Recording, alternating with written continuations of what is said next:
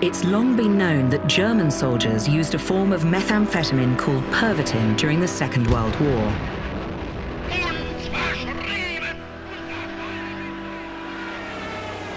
But have tales of Nazis on speed diverted attention away from the other side of the story? Wow, that's amazing, isn't it? The widespread use of stimulants by British and American troops. Did World War II unleash the world's first pharmacological arms race? And in the face of industrial slaughter, what role did drugs play in combat?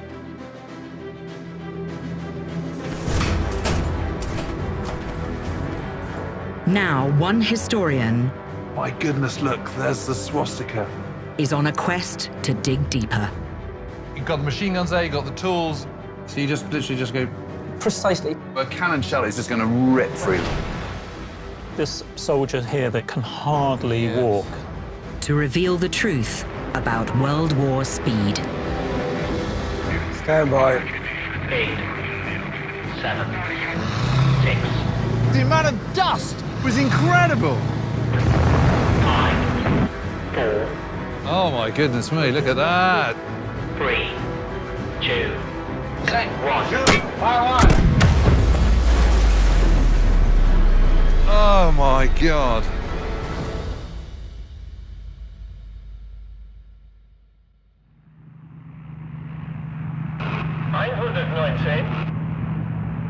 Wiederhole in der Stellung. Anschlag sofort. Wiederholung 119. December 1942. A German bomber crew struggled to keep their damaged plane aloft. Bereite Wassereintritt vor. Viel Glück.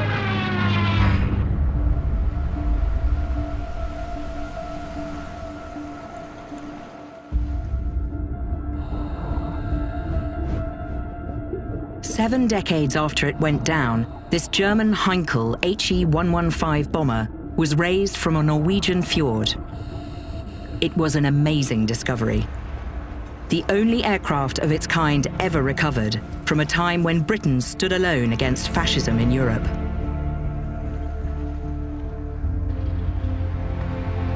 The fjord's oxygen-poor water left the plane remarkably intact, and the recovery team discovered artifacts in near pristine condition, including brandy, caffeine-infused chocolate, and speed.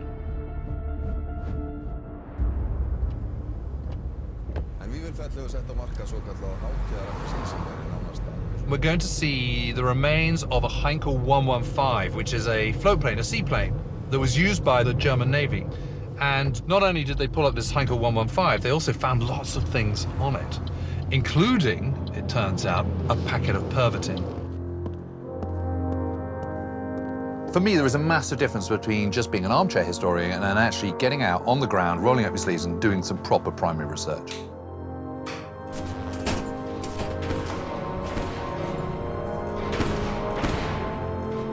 You can't really understand a subject unless you've actually seen what you're looking at for real. You know, touched those pieces of paper, looked at the sites, talked to other people who really know what they're talking about. And it is amazing how it actually then prompts you to ask all sorts of other questions that you might not have thought about in the first place. James Holland has written nearly 30 books about the Second World War. He's an expert on the Blitzkrieg of 1940 and the Battle of Britain, both pivotal chapters in his quest to understand amphetamine use during the conflict.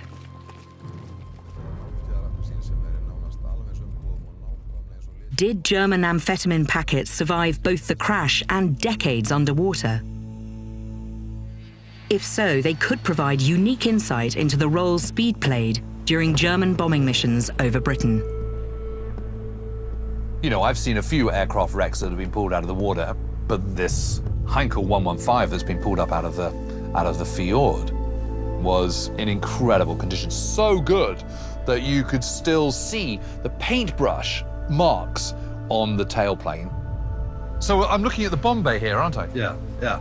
Okay, but this was carrying bombs when it was found. Yeah. So where would they have been? They was in the center section. And this is the camouflage for going over the dark North Sea. Yeah.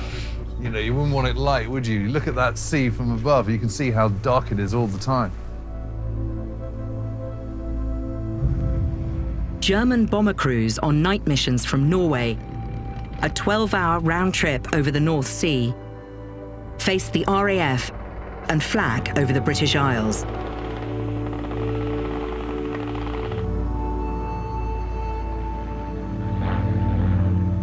German victories made the Luftwaffe and Wehrmacht seem invincible. Rumors circulated of German soldiers and airmen fueled by a superdrug that made them fearless and able to press on without the need for rest or recuperation.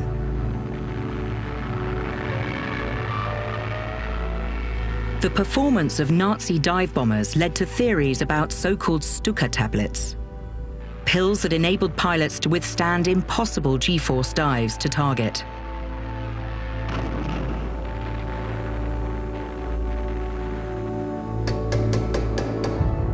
This is the Heinkel 1015 elevator. It was cut in two when the plane crashed. So Right. in the wing, there was a dinghy. Yes. And within that dinghy, there was a rescue package. Is it possible to look at it? Yes. Fantastic. So when I walked in and saw the table full of objects from this escape kit, plus a few other little bits and pieces they found, I was absolutely staggered. And obviously, we've got a brace of machine guns here. These are 17s. MG-17s, yeah. You've got the machine guns there, you've got the tools, you've got all this, but this is the bit that's really catching my eye. Well, this is actually the rescue pack we found inside the aircraft. It was in a hole in the wing. Inside it, we found all this stuff. Matches, Yeah, cigarettes, yeah, it is. and this is obviously chocolate. This has a high caffeine content, doesn't it? Yes. And this is the brandy. Yes, that's the brandy. I can't believe you haven't tried it.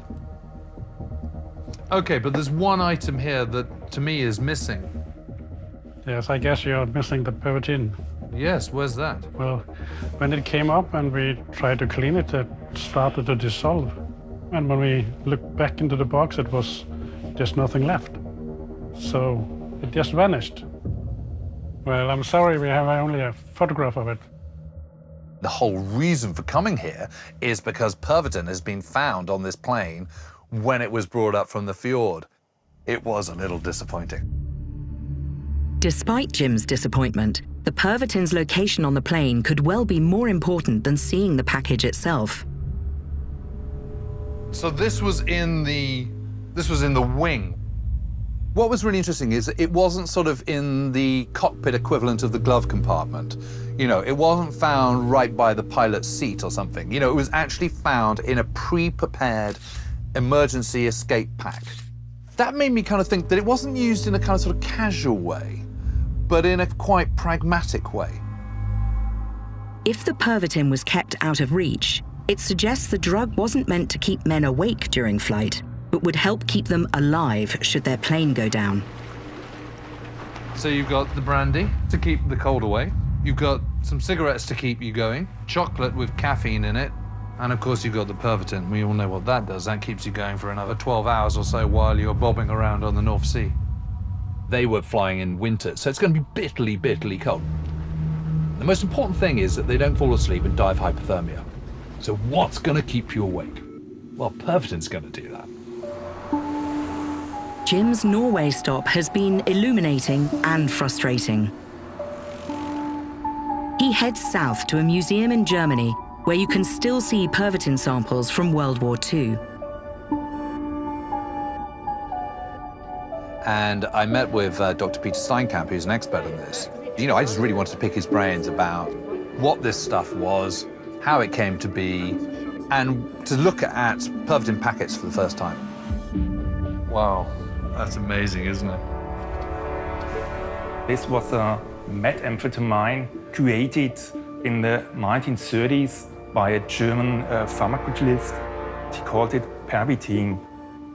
This is a version for injection, and this is the version for pills. And what does it say here? inject slowly, not too fast. Goodness me.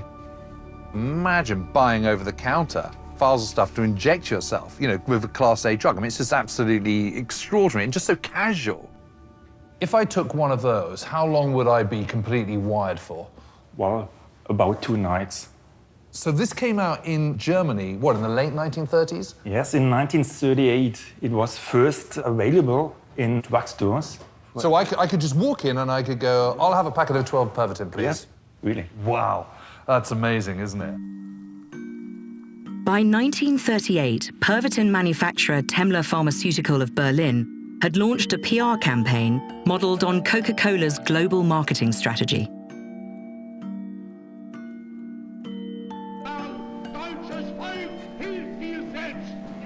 And despite Hitler's vehement anti-drug rhetoric, many Nazis, including the Führer himself, were heavy drug users. Methamphetamine seemed geared to the modern, tech-embracing Reich. The Nazi state is all about, if you work hard, if you strive for a better Germany, then you'll get a better Germany. Come on, get your backbone into it, and let's get working. Let's make Nazi Germany the Third Reich. Let's make it a 1,000-year Reich. Let's make it brilliant. You know, and they embrace science and technology, and pharmacology is all tied in with that. And that's why it appeals. So it's not much of a step, is it, from day-to-day domestic use to being used in the armed services? Yes, you're right. The officers said to the medical officer, please now give Pervitin to our soldiers. By May 1940, German troops, under the influence of Pervitin, had conquered Poland. Hitler's army massed for another attack against France. The British and French armies facing them outnumbered the Germans in men, artillery, and tanks. But the German plan was audacious, using air power as moving artillery, what some called a new method of warfare.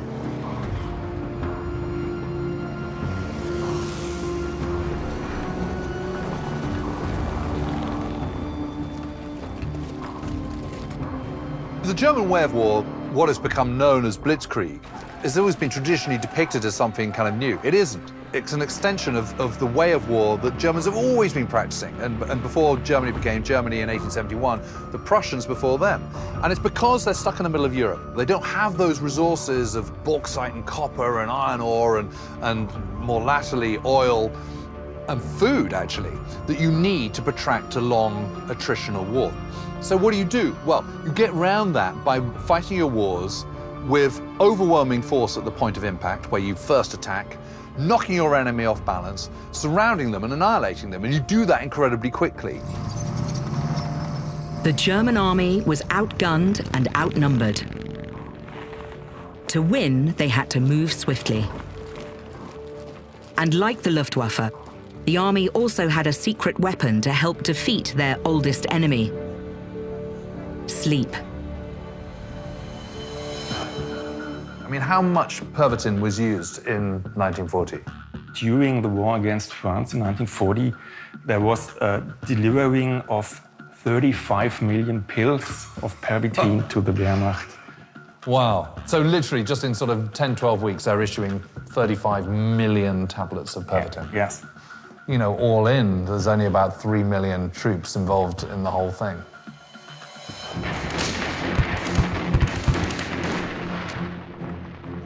In the end, the German army pulled off what seemed impossible even to Hitler. Wehrmacht tanks and soldiers managed to fight and march for 10 days straight, trapping the British army on the beaches of Dunkirk. German troops advanced an average of 22 miles a day under fire.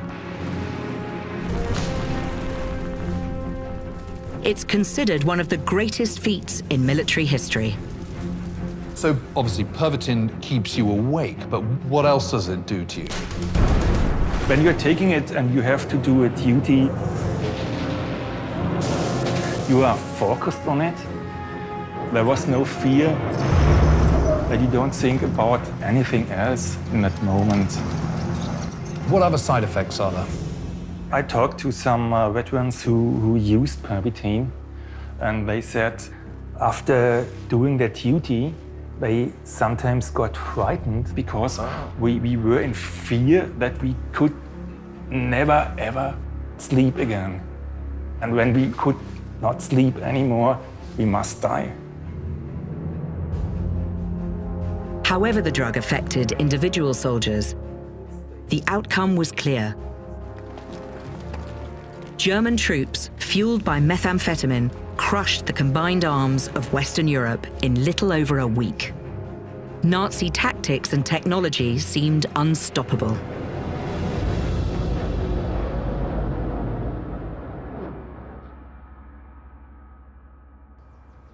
But did the Wehrmacht need a stimulant to achieve victory in 1940? Was marching 22 miles in a single day such an amazing pace? Or had the Blitzkrieg tale turned into legend? Jim has gathered a group of fellow history fanatics to put these questions to the test. They start by comparing British and German infantry gear.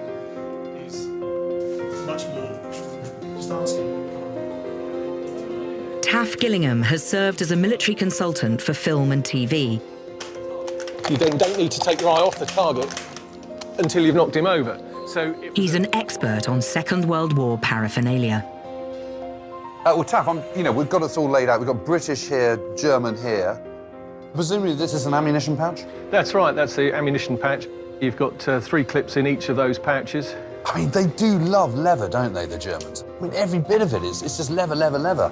The British had a simpler idea, which was to carry a cotton bandolier, and then you just pull the clips out ready to push into the rifle. The British kit is actually pretty quiet because it's all cotton, it's canvas. It doesn't make much noise as you move around, whereas the veterans always had this story that you could hear the German army coming because they sounded like a loose cutlery drawer with all this stuff clinking and clanking away as they... German, exactly, the gas mask tin bouncing around. Next, they set out to see how hard it would have been to cover 22 miles carrying a 60-pound combat load with only coffee or tea to keep them going. That's quite heavy. I can't believe that they'd have walked a long way with a kit like that. I mean, this is the reason for doing this. It's only when you actually start using this practically that you can understand how people would operate with it back in the day. So the real point of this entire experiment is, after walking 20 miles around here with all this kit, if you've got a drug that can keep you going, can we understand why they're using this in 1940? Okay, let's do it. Let's do it.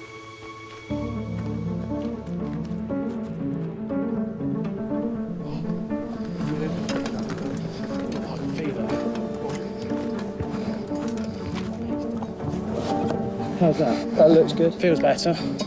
Oh, post.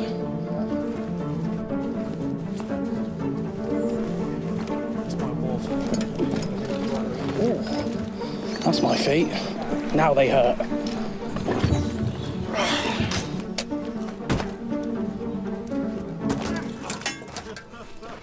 Well, maybe leave that bit out. 2 hours and 7 miles in, the group break for tea. That's heating up pretty quick, isn't it? For many Allied soldiers, caffeine was the stimulant of choice. Coffee was so critical to American GI Joes that a cup of Joe is still synonymous with the drink. Got it. Cheers. I've got my foot out. In here, love. Where is it? Just there. Where do you want to put? How much am I getting paid for this? That's all I want to know. So, because we're able to take caffeine, we're on these lovely, delicious-looking chocolate. Caffeine-enhanced chocolate. So, James, this should send us around the next bit of the march a bit quicker then, eh? Should do. All right, let's go. They may not be in combat, Hello, Wolfits. but they are carrying the same 60-pound load that German and British soldiers would have humped back in 1940. It's no easy task. Where's this shortcut? If it's not 100 yards, I'm going to collapse in a pile there. Oh. Oh. My feet are broken. My ankles are broke. So I reckon the 20 miles is achievable, but day after day, that's a very hard thing to ask for a platoon of soldiers. Despite bruised ankles, they log 14 miles in just under 4 hours. At this pace, they would easily hit the 22-mile mark of the Wehrmacht. You know, they're all trained up for doing this kind of stuff. So you have to think that walking 22 miles a day over consecutive days for those guys really shouldn't have been a massive problem without drugs. I am not convinced that the Germans needed it at all. Whether the Wehrmacht needed Pervitin or not, by June 1940, France was on its knees, and the British Army lay in tatters.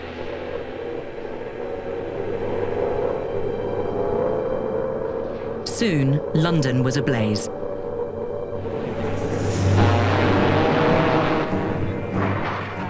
The British were desperate to understand the reasons for Germany's success.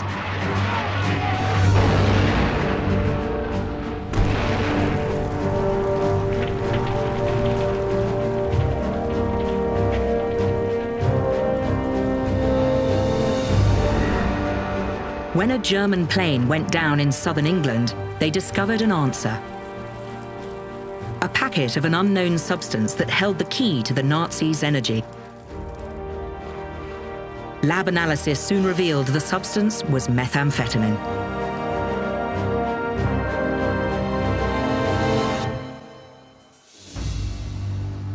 To find out more about the British side of the story, Jim meets pharmacology historian Dr. James Pugh.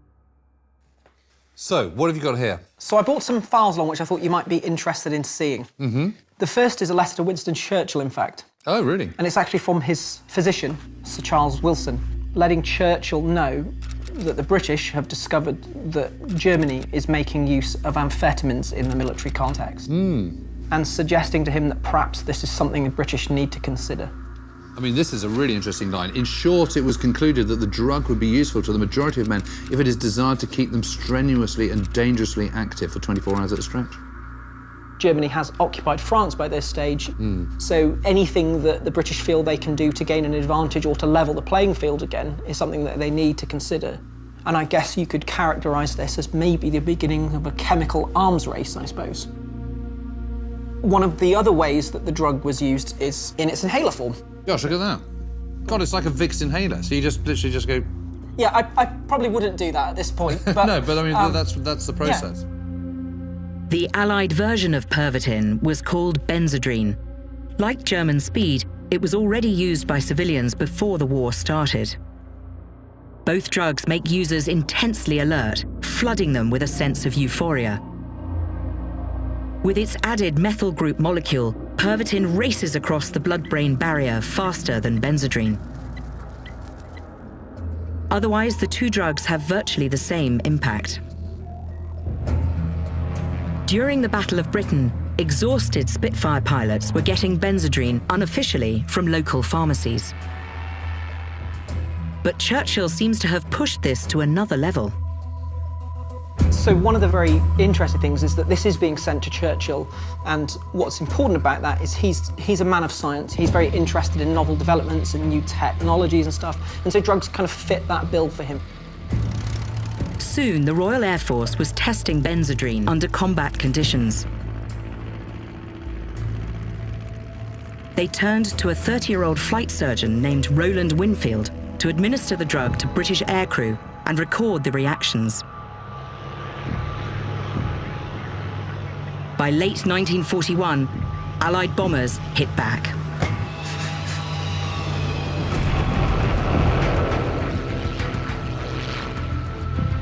Long night missions over Nazi Germany, with a fatality rate of more than 45%, were a terrifying ordeal. You know, that's one of those things where obviously, so if that can keep you awake and keep you alive, then, you know, clearly that's a good thing.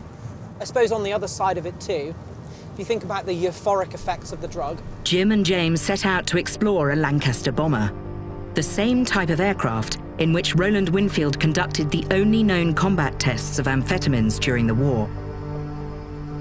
Well, these bomb bays are pretty impressive, aren't they? My goodness, that's gigantic.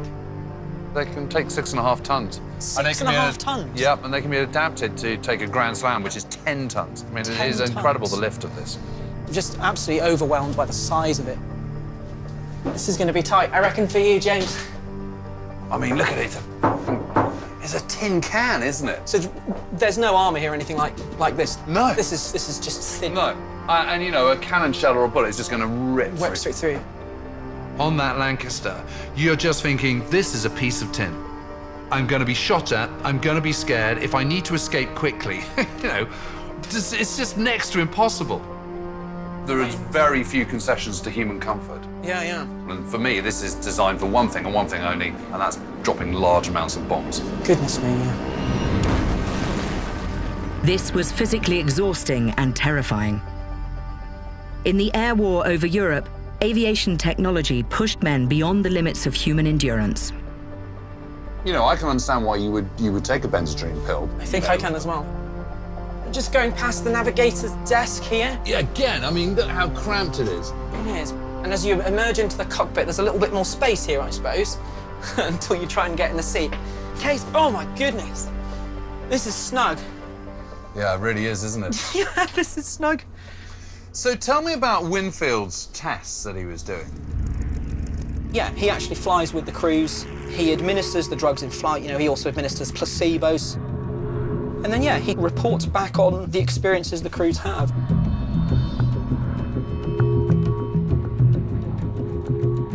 Winfield observed aircrew who were given amphetamines on 20 RAF missions. Half an hour to target, Skip. I mean, just imagine this, James. You know, you're sitting here, you're piloting this plane. You know, this is unpressurized, this cabin. Yeah. You know, minus 45 degrees, freezing cold. You've got to watch out for night fighters. You've got lots of flak coming up. The whole thing is terrifying. Down. Oh, yeah, he's going, boy. Right in the mouth. He's definitely going down now. I can see it, boy. Good show. Bombs away. There goes the cookie. So after crews have dropped their bombs, they will experience what's known as the post-adrenal crash. So their bodies have been flooded with adrenaline for an extended period of time. That adrenaline starts to leave the body at that point, and they become extremely fatigued.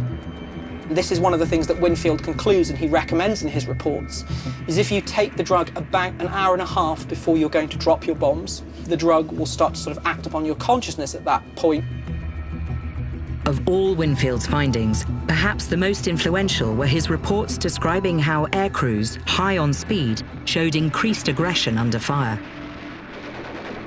One of the things that he notes in his report is an example of an attack which the aircrews actually dive down to a very, very low height and attack a flak site. Really? They start shooting it up? Yeah, yeah. Of course, Winfield is also simultaneously concerned by some of this too. Ultimately, when the RAF come to think about this drug, they're actually concerned about those effects. Are you all right? You get any of the batters? Where the crews will start to lean on the drugs, as opposed to using them as a tool to help manage their wakefulness. But if the RAF saw these side effects as a potential problem, the British Army saw them as a benefit. Even more than keeping troops awake, British commanders wanted a pill that made men fearless.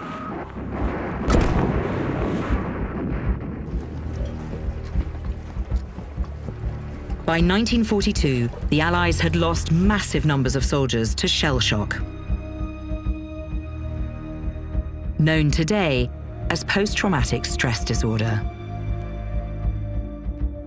Over the course of the war, as many as 1 in 3 frontline soldiers were incapacitated by it. These airplanes, they bomb. Oh God, listen, I can talk. Benzedrine, it was hoped, might offer a solution. Jim travels to a small museum connected to a hospital that treated thousands of shell shock victims during the First World War.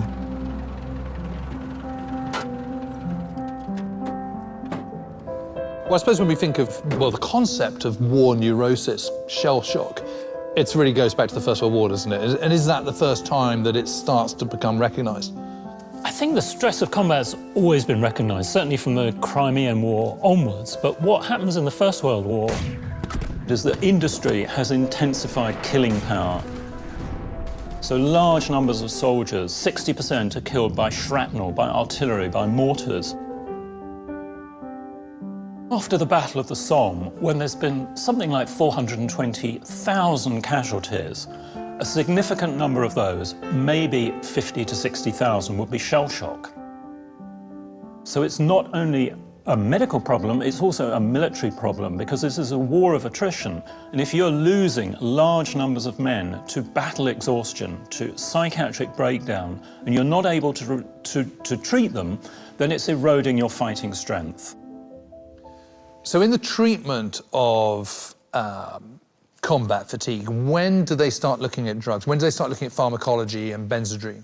Well, Benzedrine has been introduced to the UK in 1935, but as the war gets closer and closer, senior doctors and commanders recognise that this could have a major beneficial, use in all three services, in keeping soldiers awake, alert, and boosting their morale in times of stress. So I think the British Army used Benzedrine to keep people awake, but also to lift spirits.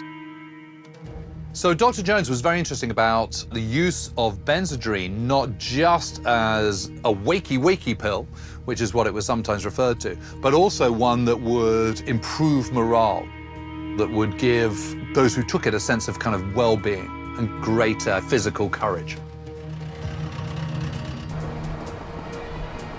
Jim's Glenside visit gives him critical insight. By using the drug as a tool to heighten aggression and lift morale, Britain raised the stakes in the pharmacological fight against the Nazis, who primarily saw amphetamine as a way to offset fatigue. By 1942, British troops in North Africa were in desperate need of a morale boost. They had retreated across 600 miles of desert, chased by Germany's Afrika Korps, and were dug in around a tiny trading post, El Alamein. But in October, a new commander, possibly familiar with the RAF amphetamine tests, arrived, Bernard Montgomery. He was ready to go on the offensive. When Montgomery took over, morale in British 8th Army was at rock bottom. And it was one of the things he realized that he had to turn around by the way he was talking. I want to impress on everyone that the bad times are over. And, there'll be no more retreats, you're really well equipped, we're going to smash the Germans and the Italian forces, and trying to give them a greater sense of self-belief. We can't stay here alive, then let us stay here dead. But if there's a pill that could do part of that job for you, then it's got to be worth taking. It's always been a bit of a mystery whether Monty himself brought Benzedrine to the desert, and whether he saw it as a morale builder. But Jim has recently discovered a document from Montgomery's medical officer, Q.V. Wallace, proving orders for Benzedrine came straight from the top. I've never before seen any direct written reference in any official capacity to the mass use of Benzedrine. But Brigadier Wallace's memo absolutely knocks that into touch, because there it is absolutely spelled out. The troops that were involved in the opening stages of the Battle of Alamein were given Benzedrine, not just to keep them going, not just to keep them awake, but also to give them resolve, to give them confidence, to bolster their morale. By late 1942, the Americans were not on the ground in the West. But they had provided a new tank, which gave the British a technological edge. The Sherman is incredibly important when it comes in. They get 300 of them straight into Egypt, and they're kind of tested up and made battle ready. At the time, it is the best tank on the battlefield. It's got this incredibly accurate gun, it's pretty well armored, it's very easy to maintain. This is a very good tank, which is now entering battle on the British side. Just like long-range bombers, tanks like the Sherman pushed men to the limits of endurance. So how welcome would a pill that could offset these conditions be? Jim visits an old friend who might be able to help him find out. Okay, so Jim Clark is a restorer of wartime military vehicles, and he's got a whole host of stuff. He's got jeeps, he's got trucks, but he's also got a Sherman tank.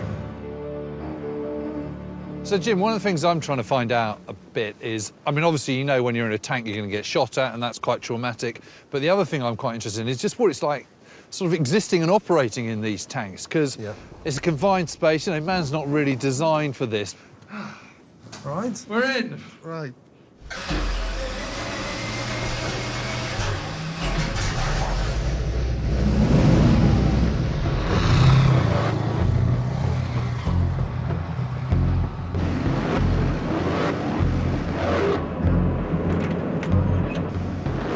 It's not an environment that is comfortable in any shape or form. The smell of the fumes was immense. Very quickly, you started to kind of catch your throat. I mean, Jim, I've got to say, man, of dust is incredible.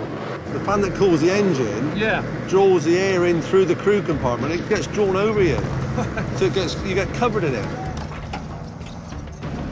If I'm feeling this amount of grit going into my eyes and up my nose, just from going down a short stretch of track in the middle of winter in England, what's it going to be like in the desert? It must have just been absolutely impossible. Tank men, wrote one veteran, fought their war in an enclosed, suffocating, noisy metal box, fearful of being struck and burned alive by an enemy they could not see.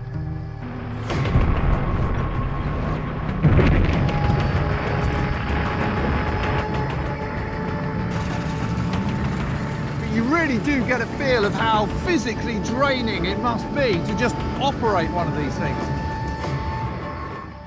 So you can see, can't you, that the stress and strain of doing that, you know, quite apart from the fact that you're almost on a daily basis being in battle. Yeah, the toll of fighting all day long and then no proper sleep, no rest. Even if you're sleeping at night, there's probably shelling going on. So you probably didn't have much decent rest. And this is just stuff full of highly explosive material. In the turret basket, I think there's about 15 or 20 rounds. There's probably 20 or 30 on each side.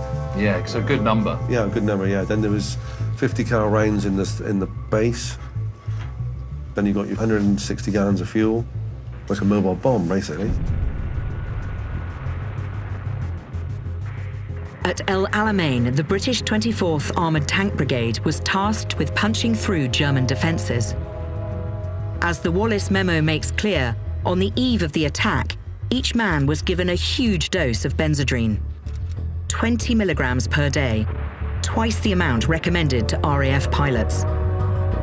I know that the 24th Armoured Brigade were issued with benzodrine because he wanted them to keep going. You know, what he said was the first bit of the battle was going to be the dogfight. It was going to be the grinding, attritional battle. And for that grinding, attritional battle, he wanted his men to keep going.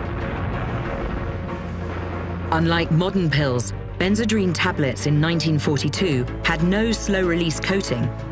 The full dose hit immediately. For some soldiers, alertness and euphoria gave way to a false sense of power. The men of the 24th proved exceedingly aggressive. Fatally so. For crewmen of either side, the use of amphetamine could do more than make them alert. It could also suppress a natural reaction in combat: fear. Fear is about self-preservation. You're scared because you don't want to die. If you take that away and you sort of don't care quite so much, you're not quite so careful. The problem of being charged up on benzodrine is that your ability to make rational decisions and that normal preservation instinct which kicks in as a result of fear might be absent if you're absolutely pumped on speed. Even with their new Shermans, British soldiers faced an array of lethal German anti-tank guns. What the Germans have is the infamous 88mm, which is a dual-purpose anti-aircraft gun. This is something that can hurl a shell 24,000 feet vertically into the air and can also be used as an anti-tank gun. on a horizontal position, straight at something. And this is firing at 2,900 feet per second. If their judgment was impaired by high doses of benzodrine, what fate awaited them? Jim visits a military explosives range for a demonstration. Trevor Lawrence runs the Kotek live fire range on Salisbury Plain, where they test all new ordnance for the British Armed Forces. Trevor Lawrence had been there, seen there, done it. I mean, you know, this is a guy who's been clearing mines, clearing IEDs, you know, explosives in Northern Ireland during the kind of height of the Troubles. But he'd also served in, you know, Bosnia during the Civil War there and in Iraq. So, you know, he knew a thing or two about explosives. So, Trevor, what we're trying to replicate is the first Sherman tanks. They're arriving, they're in action at the Battle of Alamein in Egypt in October 1942, and they're under attack from German anti-tank guns, either the 75mm PaK-40 or the 88mm. And what we want to do is replicate what it would be like being in that tank if you were hit by one of those shells. OK. I've arranged a metal framework. Yep.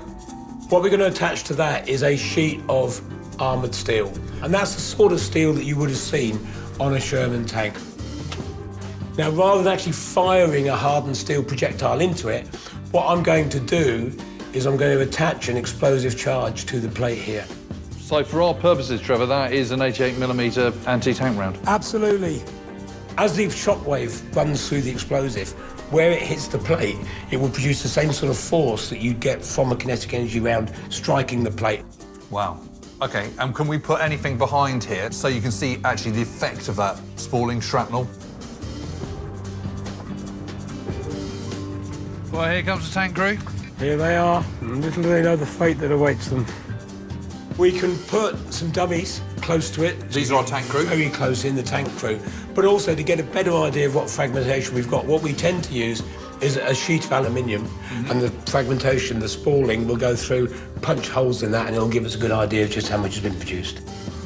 Well, that sounds amazing. At El Alamein, hard-to-see desert ridges often concealed German 88s. If benzodrine led British tank crews to abandon caution and charge recklessly into hidden enemy guns, the results would have been devastating. Stand by. 3, 2, 1, firing. Whoa!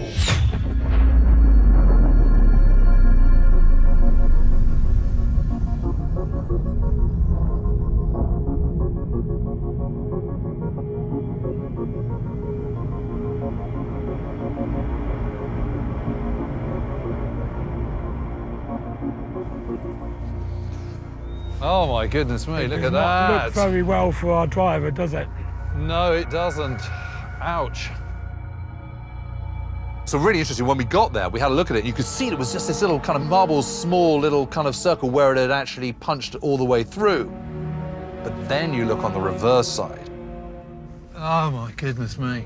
So a huge bit of metal has just disintegrated and has just shattered.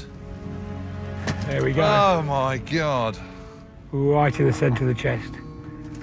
And look at all these. But also look at, see, all this other fragmentation. Because although it's come off in one big scab, it's also sent all these other smaller fragments out. Both of them have been absolutely covered with little splinter marks all over, each one of which could have been entirely lethal. That's just the blast that just smashed his chest in. Shrapnel melted onto the aluminium. And you can just imagine your crew member behind these two fall into me, into the shells. Oh, it would be impossible to survive. Absolutely impossible. I've interviewed so many people that have been in this situation, that have been in tanks, have served in tanks. What I never fully appreciated was the pressure blast from the force of a shell like that hitting another and penetrating and transferring that huge force into the confined space of a tank. If you're in an environment like a tank, that shrapnel, that spalling, would have just pinged all around here. and you think about all that ordnance we've just been talking about. You know, it's only got one of those has got to penetrate one of the propellant charges on one of those shells, and you're in big trouble, aren't you? Having taken huge doses of benzodrine, the 24th Armoured Brigade set out for battle. With new Sherman tanks leading the way, troops exhibited hyper-aggressive behaviour that some historians now attribute to the drug.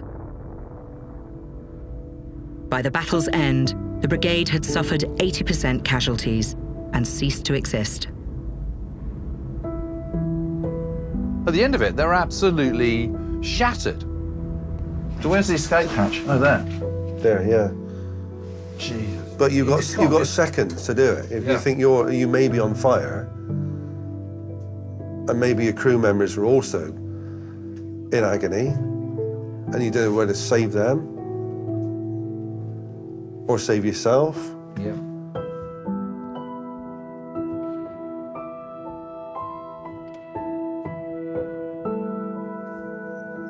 Yeah, you know, there's protection here to a point, but I don't know, I want to be in a tank crew. No, it is sad. Yeah. So can you see if if the medical officer of the regiment said, look, here you go, here's a benzodrine pill, this will keep you going, you'd be quite tempted to take that? Yeah, I would. I think if it worked, I think I'd be well up for it.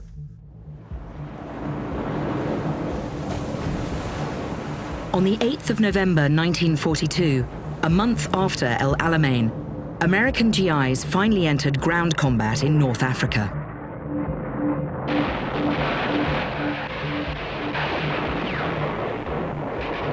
They carried with them packets of benzodrine. After the British victory at El Alamein, US General Dwight Eisenhower ordered 500,000 tablets for American troops. But just as the Allies had increased their use of speed, the Nazis were reconsidering. Ironically, Hitler's Reich health leader had concerns about amphetamine's addictive nature and dangerous side effects.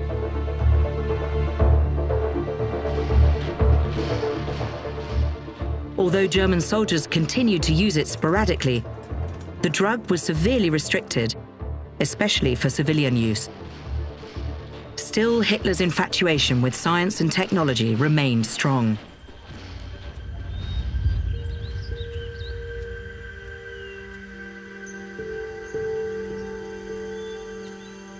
By late 1944, with his navy in tatters, the Führer looked to a bizarre wonder weapon that, with the help of amphetamines, could turn the tide.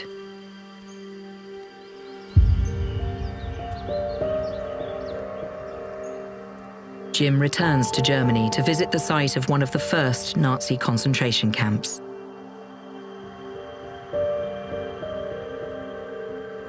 In November 1944, some 40,000 men are stuck in this camp. What's it designed for? 10,000? Okay, so 4 times more than the show. 4 times more. Germany had lost the war already, and the sphere of influence of the German Navy was reduced to the Baltic Sea. Everything else was controlled by the British. So these small submarines were constructed mainly for espionage.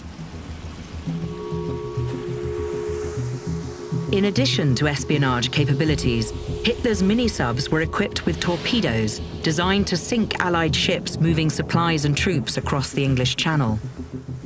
They were very small, only 1 or 2 soldiers could sit in it, and they had to sit there for 48 hours without sleeping, without getting up, without anything. So they needed a drug to keep them awake for that time. It's just unimaginable, isn't it? So you need this drug to keep you going and but also presumably to keep your spirits up as well. Yeah. They were testing different drugs and comparing it, wanting to find out which drug keeps the people awake for the longest time with the smallest side effects. This is the secret report on the experiments, and this gives the 4 different substances, A, B, C, D, The first is cocaine, hydrochloricum in different doses. The second is cocaine in chewing gum, and pervitin in a chewing gum. But 100 milligrams, I mean, that's a huge dose. Yeah, it's a huge dose, indeed. The men must have been completely stoned. 100 milligrams is really a lot. I mean, can you imagine it? You know, you're a young member of the German Navy. You've been singled out to man one of these submarines. You're chewing on gum that has been laced with cocaine and methamphetamines. I mean, we're talking crystal meth here. And you're chewing away on this thing in this tiny, tight little cockpit, and, you know, you're high on speed. I mean, it's insane. I mean, it is absolutely insane. To test the stimulants, the German Navy decided to make Sachsenhausen prisoners take the drugs and forced them to carry sacks of rocks around the camp's infamous shoe track. So this is the testing track. It was this one here? This here. It was once around the roll call area, and it was covered with different materials. So here you would have sand. The next one is concrete, small gravel. And the reason for setting it up was the testing of artificial leather. Germany did not have leather. They always imported leather. Right. And when they started the war, nobody wanted to sell them leather. So they ordered companies to develop Fake leather. Artificial leather, yeah. Oh, God, it's absolutely fascinating. I had no idea. And it's quite hard to work on here, isn't it? It is, yeah. If you have too much, it's not so easy. Sachsenhausen was designed by an architect. And the architect wanted to give a message with the architecture of the camp. With the one tower as the highest point, every morning the prisoners had to stand on the roll call area being counted. And up here, there was a huge machine gun. For the prisoners down there, looking into the eye of this machine gun up here, the message was, you're completely in our hands, you're completely helpless, and we can do whatever we want. I mean, it's doing exactly what it's designed to do. I mean, you can feel it even just standing up here. Yeah. What a grim place. After the mini-subs failed and his army faltered, Hitler, who himself could well have been addicted to drugs by 1945, took his own life. Luftwaffe commander and heroin addict Hermann Goering followed suit. But Benzedrine and Pervitin live on.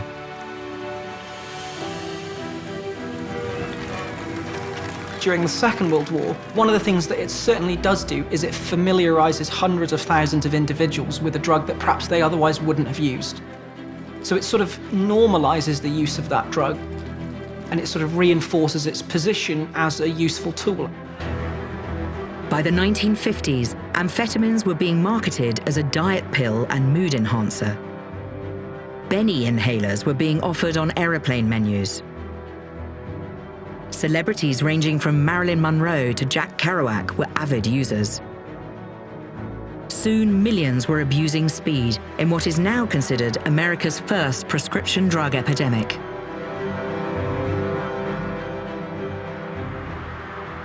One likely user was a young combat vet from Massachusetts named John F. Kennedy. Picking this country of ours up and sending it into the 60s. When I first embarked on this investigation, I was a bit scandalized that so much speed was taken during the Second World War and how outrageous that was. World War II's military leaders saw amphetamines as simply another technological tool, like rockets and radar, tools that changed the world forever. For us in the 21st century, drugs are bad, amphetamines are bad, speed is a dodgy word. You've got to see this in the light of the 1930s and the 1940s. World War II takes place over 6 years. A lot is being expected of the young men of the major combatant nations. And is it any wonder in this life and death struggle for the future of the world that people are going to be looking at drugs that can keep people awake, that can keep morale improved. It's absolutely no wonder at all.